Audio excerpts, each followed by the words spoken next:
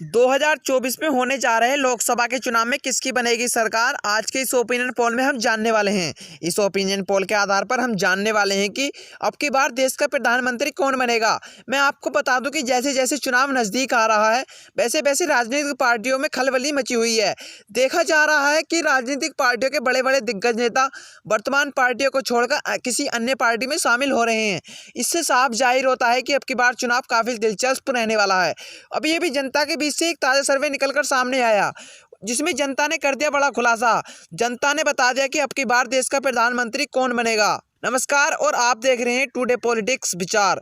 2024 लोकसभा के इस opinion poll में आप सभी का हार्दिक स्वागत है। तो दोस्तों, हम आपको बता दें कि 2024 में होने जा रहे लोकसभा के चुनाव में किसकी बनेगी सरकार, आज की इस ओपिनियन पोल में हम जानने वाले हैं। बने रहिए वीडियो के लास्ट तक और आपको पता चल जाएगा कि अब की बार देश का प्रधानमंत्री कौन बनेगा। उससे पहले मैं आपकी जानकारी के लिए बता दूं कि देश में कुल लोकसभा की 543 सीटें हैं और यदि हम बहुमत की बात करें तो देश में कुल 272 सीटों का बहुमत का आंकड़ा है। हम आपको इस ओपिनियन पोल में एक एक राज्य से किस पार्टी को कितनी सीटें मिलने का अनुमान है विस्तार से बताएंगे। इस ओपिनियन पोल में हम देखेंगे कि अब की बार देश के प्रधानमंत्री तीसरी बार बनेंगे नरेंद्र मोदी या फिर कोई अन्य देश का नेता प्रधानमंत्री बनेगा। और आप अब की बार देश में किसकी सरकार देखना चाहते हैं कमेंट करके जरूर बताएं, क्योंकि जनता की राय लोकतंत्र को मजबूत बनाने के लिए महत्वपूर्ण होती है। इसलिए अपनी कीमती राय अवश्य दें और अभी तक भी हमारे चैनल को सब्सक्राइब नहीं करा तो प्लीज चैनल को सब्सक्राइब कर लें ताकि आने वाली वीडियो का नोटिफिकेशन आप तक पहुंच सके। चलिए वीडियो को शुरू करते हैं और सबसे पहला राज्य है उत्तर प्रदेश। उत्तर प्रदेश में लोकसभा की 80 सीटें हैं। यहाँ पर बीजेपी की बात करें तो बीजेपी के खाते में 41, यदि कांग्रेस यानी महागठबंधन की बात करें तो महागठबंधन के खाते में 39 सीटें जाती दिखाई दे रही हैं। चलिए इसी के साथ अगर हरियाणा की बात करें तो हरियाणा में लोकसभा की 10 सीटें हैं। यहाँ पर बीजेपी के खाते में 4, यदि महागठबंधन यानी कि कांग्रेस की बात करें तो कांग्रेस के खाते में 6 सीटें जाती दिखाई दे रही हैं। चलिए इसी के साथ अगर बिहार की बात करें तो बिहार में लोकसभा की 40 सीटें हैं। यहाँ पर बीजेपी की बात करें तो बीजेपी के खाते में 18, यदि महागठबंधन यानी कि इंडिया की बात करें तो इंडिया के खाते में 20 सीटें जाती दिखाई दे रही हैं। यदि अगर अन्य की बात करें तो अन्य के खाते में 2 सीटें जाती दिखाई दे रही हैं। यानी कि देखा जाए तो बिहार राज्य में भी कांग्रेस अपनी सरकार बनाती नजर आ रही है। चलिए इसी के साथ अगर तमिलनाडु की बात करें तो तमिलनाडु में लोकसभा की 39 सीटें हैं। यहाँ पर बीजेपी के खाते में 14, यदि महागठबंधन यानी कांग्रेस की बात करें तो कांग्रेस के खाते में 25 सीटें जाती दिखाई दे रही हैं। वहीं अगर छत्तीसगढ़ राज्य की बात करें तो छत्तीसगढ़ में लोकसभा की 11 सीटें हैं। यहाँ पर बीजेपी के खाते में 5, यदि महागठबंधन यानी कांग्रेस की बात करें तो कांग्रेस के खाते में 6 सीटें जाती दिखाई दे रही हैं। यानी कि छत्तीसगढ़ राज्य में भी कांग्रेस अपनी 1 सीट से सरकार बनाती नजर आ रही है। चलिए इसी के साथ अगर पंजाब की बात करें तो पंजाब में लोकसभा की 13 सीटें हैं। यहाँ पर बीजेपी के खाते में 1, यदि महागठबंधन की बात करें तो महागठबंधन के खाते में 6 सीटें जाती दिखाई दे रही हैं।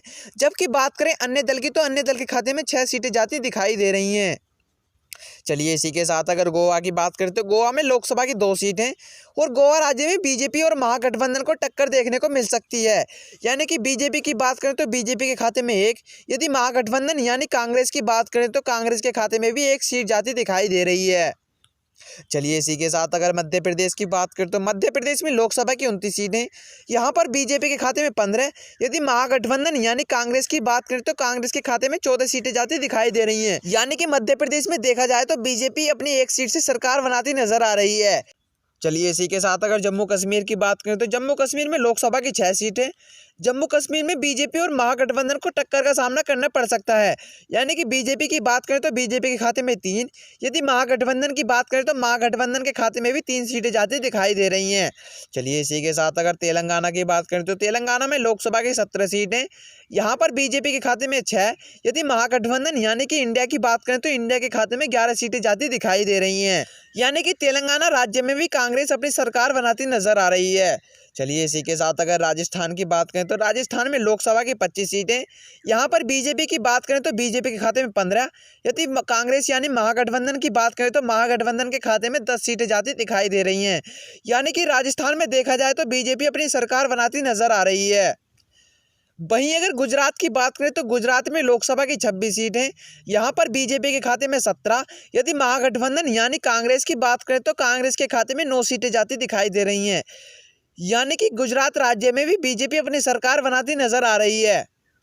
चलिए इसके बाद असम राज्य में देखें तो असम राज्य में लोकसभा की 14 सीट हैं। यहाँ पर बीजेपी और महागठबंधन को टक्कर का सामना करने पड़ सकता है।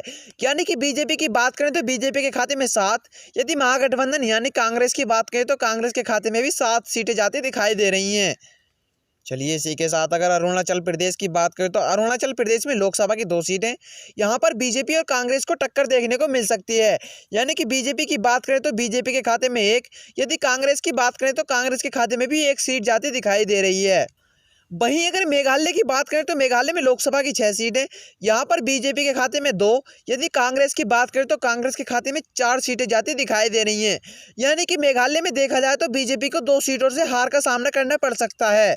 चलिए इसी के साथ अगर झारखंड की बात करें तो झारखंड में लोकसभा की 14 सीटें, यहाँ पर बीजेपी के खाते में 6, यदि कांग्रेस की बात करें तो कांग्रेस के खाते में 8 सीटें जाती दिखाई दे रही हैं। आमतौर पर झारखंड राज्य में देखा जाए तो कांग्रेस अपनी सरकार 2 सीटों से बनाती नजर आ रही है।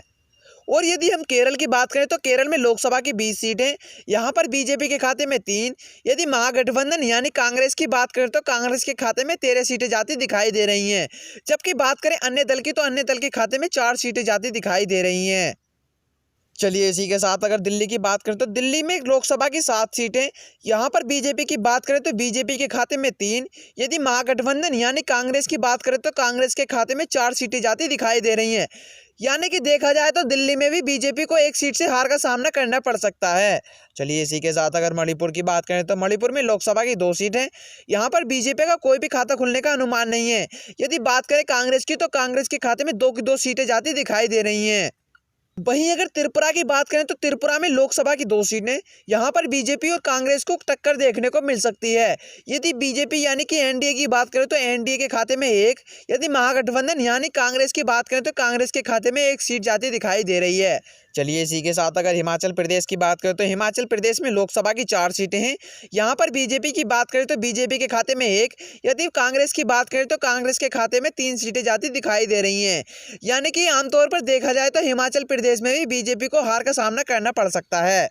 और यदि हम पश्चिम बंगाल की बात करें तो पश्चिम बंगाल में लोकसभा की 42 सीटें हैं, यहाँ पर बीजेपी यानी कि एनडीए के खाते में 10, यदि महागठबंधन यानी कांग्रेस की बात करें तो कांग्रेस के खाते में 32 सीटें जाती दिखाई दे रही हैं। यानी कि पश्चिम बंगाल में कांग्रेस अपनी सरकार बनाती नजर आ रही है। चलिए इसी के साथ अगर आंध्र प्रदेश की बात करें तो आंध्र प्रदेश में लोकसभा की 25 सीटें हैं, यहाँ पर बीजेपी के खाते में 7, यदि महागठबंधन यानी कांग्रेस की बात करें तो कांग्रेस के खाते में 9 सीटें जाती दिखाई दे रही हैं। यदि बात करें अन्य दल की तो अन्य दल के खाते में 9 सीटें जाती दिखाई दे रही हैं। यानी कि आंध्र प्रदेश में देखा जाए तो बीजेपी को 2 सीटों से हार का सामना करना पड़ सकता है। इस प्रकार आपने 436 सीटों का सर्वे देखा।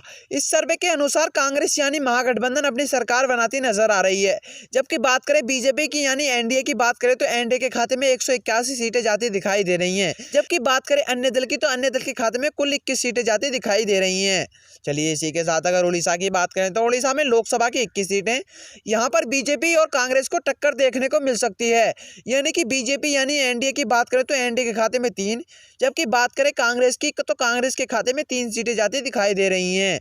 जबकि बात करें अन्य दल की तो अन्य दल के खाते में 15 सीटें जाती दिखाई दे रही हैं। चलिए इसी के साथ अगर महाराष्ट्र की बात करें तो महाराष्ट्र में लोकसभा की 48 सीटें हैं, यहाँ पर महाराष्ट्र राज्य में बीजेपी को 18 सीटें मिलती हुई दिखाई दे रही हैं। जबकि बात करें कांग्रेस यानी महागठबंधन की तो महागठबंधन के खाते में 30 सीटें जाती दिखाई दे रही हैं। यानी कि महाराष्ट्र राज्य में देखा जाए तो कांग्रेस अपनी सरकार बनाती नजर आ रही है। चलिए इसी के साथ अगर कर्नाटक की बात करें तो कर्नाटक में लोकसभा की 28 सीट हैं, यहाँ पर बीजेपी यानी कि एनडीए की बात करें तो एनडीए के खाते में 10, जबकि बात करें कांग्रेस की यानी कि महागठबंधन की तो महागठबंधन के खाते में 18 सीटें जाती दिखाई दे रही हैं। यानी कि देखा जाए तो कर्नाटक राज्य में बीजेपी को हार का सामना करना पड़ सकता है। वहीं अगर उत्तराखंड की बात करें तो उत्तराखंड में लोकसभा की 5 सीटें, यहाँ पर बीजेपी के खाते में 3, यदि बात करें कांग्रेस यानी महागठबंधन की तो महागठबंधन के खाते में 2 सीटें जाती दिखाई दे रही हैं। इस प्रकार आपने 543 सीटों का सर्वे देखा। इस सर्वे के अनुसार कांग्रेस यानी महागठबंधन अपनी सरकार बनाती नजर आ रही है। जबकि बात करें बीजेपी यानी कि एनडीए की तो एनडीए के खाते में 217, यदि बात करें हम अदर की तो अदर के खाते में 36 सीटें जाती दिखाई दे रही हैं। और इस प्रकार की वीडियो को देखने के लिए हमारे चैनल को सब्सक्राइब करें और बेल आइकन को प्रेस अवश्य करें ताकि आने वाली वीडियो का नोटिफिकेशन आप तक पहुंच सके। धन्यवाद।